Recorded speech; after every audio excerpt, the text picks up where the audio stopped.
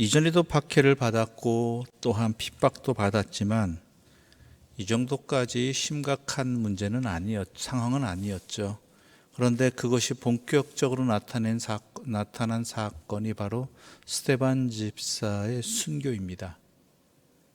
초대교회가 여러 문제들을 해결하고 또한 그로 인해서 더욱더 하나님의 은혜 가운데 굳건해지는 그 상황 가운데 벌어진 일이 바로 스데반 집사의 순교이지요. 스데반 집사의 순교는 그런데 그 이후에도 더 큰 박해가 이어지는 그 시작이 되었다는 것이죠. 우리 1절의 말씀에 이런 말씀이 있어요. 제가 읽겠습니다. 그날에 예루살렘에 있는 교회에 큰 박해가 있어 사도 외에는 다 유대와 사마리아 모든 땅으로 흩어지니라. 그러니까 스데반 집사가 죽는 그 날에 예루살렘에 있는 교회에 이제 큰 박해가 있어서 그 전 박해 때는 그래도 떠나지는 않았거든요. 도망가진 않았다. 도망할 수밖에 없는 상황이 벌어지고 말았다는 것입니다. 그래서 사도 외에는 다 유대와 사마리아 모든 땅으로 흩어졌다는 것이죠. 어느 정도 심했냐면은 사울을 대표적으로 예를 들지요. 각 집마다 쳐들어가서 감옥에 끌어갔다라는 것이죠. 그래서 모든 땅으로 흩어지고 사도들만 남아있는 상황, 이 상황이 되었다라는 것입니다. 그런데요, 이 흩어진 사람들의 모습이 우리에게 크게 다가옵니다. 4절 말씀 함께 읽어볼까요? 4절 말씀입니다. 함께 읽겠습니다. 그 흩어진 사람들이 두루 다니며 복음의 말씀을 전할세. 자, 예루살렘을 떠나서 도망하는 길입니다. 왜 도망하죠? 예수를 믿는다는 것 때문에. 갈릴리 무리의 잔당이라는 그러한 그 이유 때문에 도망하는 거잖아요. 그러면 도망하는 길을 어떻게 하는 것이 상식적입니까? 자기를 숨겨야 되잖아요. 도망하는 거니까. 도망자가 자기가 어디로 도망갔는지 드러내지는 않는단 말이에요. 그건 도망한 게 아니죠. 그런데 이 흩어진 초대교회 성도들의 모습을 보면 가는 곳곳마다 복음의 말씀을 전하는 사명을 감당했다라는 것입니다. 복음을 전하는 일들을.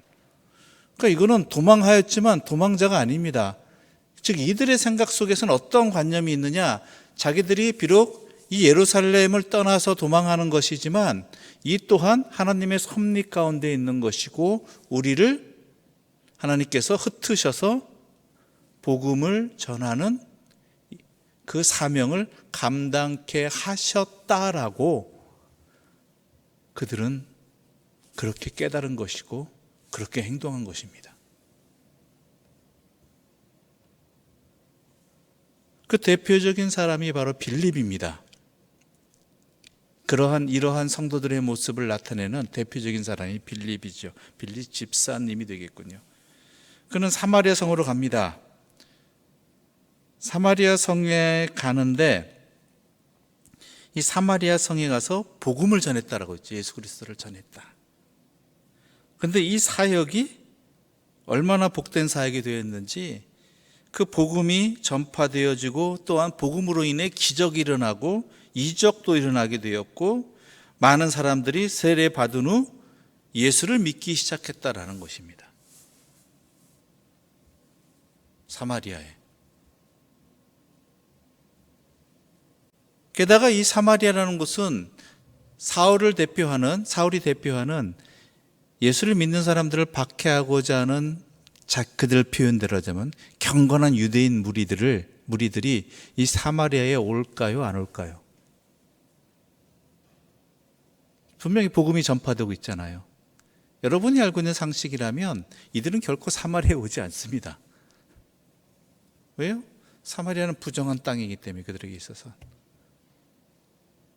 오죽하면 그 길을 사마리아 땅을 지나서 유대 땅을 가로질러야만 빨리 갈 수 있는 그 길도 차라리 돌아서 가는 것이 경건한 유대인들의 모습이었거든요. 그러니까 어찌 보면 안전하게 오랫동안 복음을 전할 수 있는 것이고, 또한 그 복음을 전하는 하나님의 사람들의 안전도 보장될 수 있는 곳이었죠. 이러한 곳에 복음이 전파되었다는 이야기를 듣고 예루살렘에 있는 사도들이, 그러니까 모든 성도로 흩어지면 사도들은 예루살렘에 남아 있었잖아요. 이 사도들이 이러한 곳에 도움을 주기 위해 베드로와 요한을 보냅니다.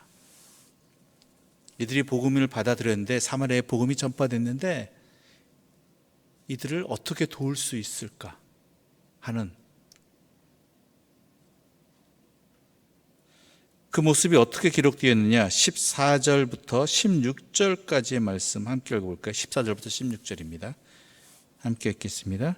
예루살렘에 있는 사도들이 사마리아도 하나님의 말씀을 받았다 함을 듣고 베드로와 요한을 보내매 그들이 내려가서 그들을 위하여 성령 받기를 기도하니, 이는 아직 한 사람에게도 성령 내리신 일이 없고 오직 주 예수의 이름으로 세례만 받을 뿐이더라.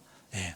내려가서 보니까 예수의 이름으로 세례를 받았는데 그들에게는 아직 성령이 허락되지 않았다라는 것이죠. 그래서 어떻게 해요? 사도들이 기도하는 것이죠. 기도. 무엇? 성령을 받기를. 왜냐하면 자기들이 이미 알거든요. 성령의 역사가 얼마나 중요한지, 성령님이 함께 하셔야만 신앙생활을 제대로 할 수 있음을 이들은 이미 경험했잖아요. 그러니까 이들이 진짜 필요한 것이, 이들이 이제 진짜 신앙생활을 제대로 하려면 필요한 것이 무엇인지 알았기 때문에 그들이 기도한 거예요. 무엇을? 성령을 받기를. 그러니까 하나님께서 두 사도를 통해서, 두 사도가 안수할 때마다 성령이 허락되어지는 역사가 있게 되는 것이죠. 자, 이렇게 복음의 사역이 이 사마리아까지 전파되었습니다. 그런데 이 사마리아에 복음을 전했던 이 빌립 집사에게 하나님의 말씀이 또 내려옵니다. 26절 함께 읽어볼까요? 26절입니다. 우리 26절 함께 읽겠습니다. 주의 사자가 빌립에게 말하여 이르되 일어나서 남쪽으로 향하여 예루살렘에서 가사로 내려가는 길까지 가라 하니 그 길은 광야라. 그 길은 광야라. 사마리아에 어찌 보면 안전한, 즉 예수를 믿는 사람들을 핍박하는 그 세력을 피할 수 있는, 그들이 찾아오지 않는 그 사마리아에서, 거기다가 복음을 전함으로 인해 그 복음이 열매를 맺고 이들이 성령도 받게 되는, 그래서 그곳에 있었으면 빌립에게는 편안한 길이 보장되었는데 인정도 받았을 거 아니에요. 사마리아 사람들에게, 자기들에게 복음을 전한 사람들이니까. 근데 하나님께서는 뭐라고 하셔요? 주의 사자께는 빌립에게 이르되 너는 예루살렘에서 가사로 내려가는 길까지 가라.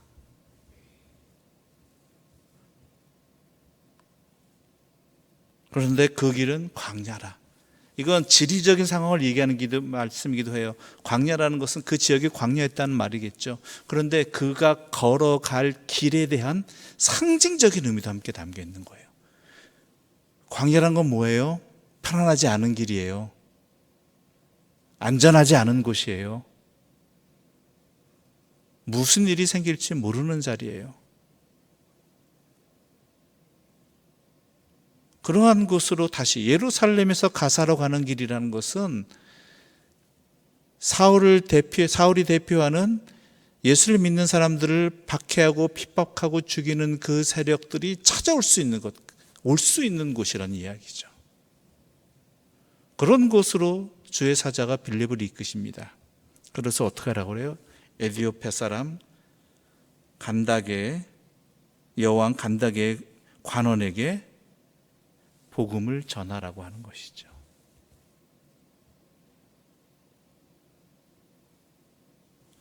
여러분, 예수 믿고 난 다음에 빌립의 인생은요, 편안한 인생이 아니었어요. 예수 믿음으로 인해서 고난의 연속이었습니다. 예루살렘에 있다가 사마리아로 도망하였어야 되고 사마리아에서 다시 광야로, 그것도 위험한 광야로, 그 뒤에 어떻게 해요? 40절 우리 좀 읽어볼까요? 40절 말씀입니다. 함께 읽겠습니다. 빌립은 아소도에 나타나 여러 성을 지나다니며 복음을 전하고 가이사라에 이르니라. 가이사라에 이르기까지 하나님께서 계속 이끄시는, 가라고 하시는 그 사명의 길을 갔다라는 것이죠. 편안하지 않은 길입니다. 힘든 길입니다. 위험한 길입니다. 그리고 복음을 전하고 그곳에서 인정받는 삶을 사는 것이 아니라 또 다른 곳으로, 낯선 곳으로 가야만 하는 그러한 고난의 연속이었죠. 그런데 이 모든 길이 예수 믿은 다음부터 생기는 고난이에요. 그런데 빌립은 어땠어요? 지체 없이 순종했다라는 것이죠. 예루살렘에서 사마리아 가는 길도, 사마리아에서 복음을 전하는 것 또한 그 사역이 완성되었음에도, 인정받았음에도 불구하고 하나님께서는 그에게 또 떠나라고 하시죠. 또 그렇다면 이 에디오피아 이 여왕 간다게의 이 관원으로부터 복음을 전했으니까 그 사람부터 함께 한다면 인정받을 수 있는 길 아니에요? 편안하고. 그런데 어떻게 해요? 39절 볼까요? 39절 함께 읽어보겠습니다. 함께 읽겠습니다. 둘이 물에서 올라올새 주의 영이 빌립을 이끌어 간지라 내시는 기쁘게 길을 가므로 그를 다시 보지 못하니라. 다시 보지 못하니라. 하나님이 다시 보지 못하게 하시고 또 다른 길로 가게 했다는 것이죠. 빌립은 지체 없이 순종했다는 것이죠. 이게 믿음의 길입니다. 왜냐하면 그에게 중요한 것은 자신이 예수를 믿음으로 인해서 어떠한 편안함을 누리느냐, 안락을 누리느냐, 인정을 받느냐, 이것이 아니라 그에게 있어서 하나님의 섭리가 일어나는 것, 주의 복음이 전파되는 것, 하나님의 뜻이 이루어지는 것, 그것이 그에겐 중요했다라는 것이죠. 그것만이 전부였다라는 거예요.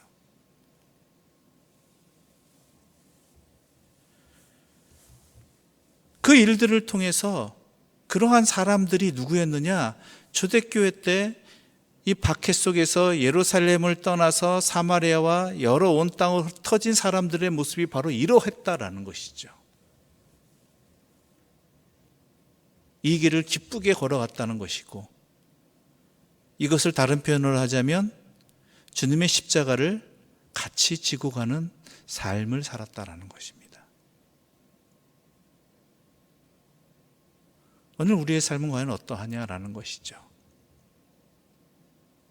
예수 믿어서 얻어질 평안함이나 아니면 안락함, 인정받음, 이런 것이 우리의 우리가 예수 믿는 목적이 됩니까? 아니면 우리가 예수를 믿음으로 또한 예수님의 말씀에 따름으로 인해서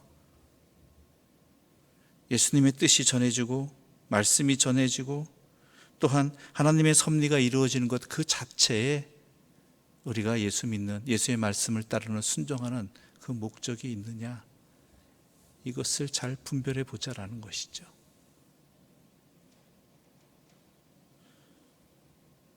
그럴 때 빌립과 같은 모습을, 삶을 살아갈 때, 순종을 할 때 주의 복음은 온 유대와 사마리아와 땅 끝까지 복음이 전해지는 열매를 맺게 된 것입니다. 결과를 가져오게 된 것이지요.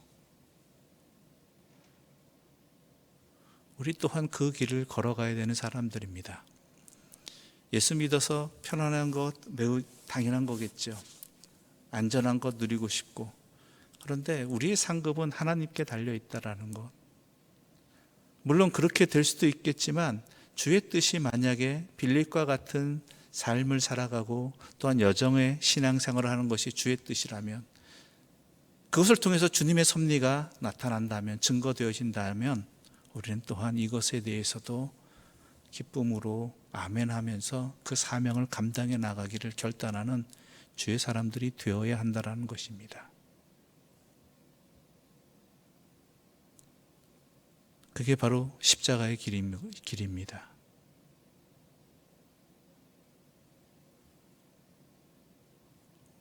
우리가 앞으로 살아갈 발걸음들이 어떠한 발걸음이 될지는 모르겠습니다. 그러나 분명히 예수를 믿는 내가, 예수를 믿는 이유가, 예수님 말씀에 순종하는 이유가 어디에 있는지 잘 분별해보고 이 빌립과 같은 모습으로 우리의 삶을 통해서, 우리의 헌신을 통해서, 우리의 또한 발걸음을 통해서 주의 섭리가 드러나는 것들, 주의 복음이 또한 증거되어지는 것들에 분명한 우리의 인생의 목적을 놓치지 말고 살아가시는, 헛된 것에 눈에 팔리는 그러한 어리석은 자가 되지 않는 하나님의 사람들 되시기를 간절히 소망합니다. 기도드리겠습니다. 하나님 아버지, 감사합니다.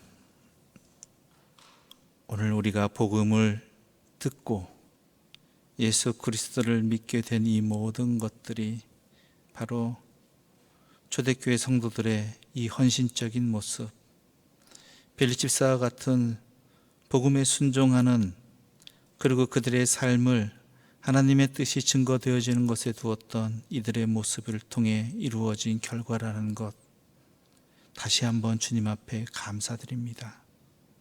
이러한 은혜를 입었사오니, 이러한 사랑의 빛을 졌사오니, 우리 또한 이분들처럼 우리의 삶에, 우리가 예수 믿는 그 삶의 목적이, 우리가 복음에 순종하는 그 이유가 바로 이들과 같게 하여 주시고, 그로 말미암아 주의 섭리가, 주의 복음이 온 땅에 전파되어지는, 아니 하다못해 이 지역에 전파되어지고 증거되어지는 복된 증인들 되게 하여 주시옵소서. 예수님의 이름으로 기도드립니다. 아멘. 하늘에 계신 우리 아버지의 이름을 거룩하게 하시며 아버지의 나라가 오게 하시며 아버지의 뜻이 하늘에서와 같이 땅에서도 이루어지게 하소서. 오늘 우리에게 일용할 양식을 주시고 우리가 우리에게 잘못한 사람을 용서하여 준 것 같이 우리 죄를 용서하여 주시고 우리를 시험에 빠지지 않게 하시고 악에서 구하소서. 나라와 권능과 영광이 영원히 아버지의 것입니다. 아멘.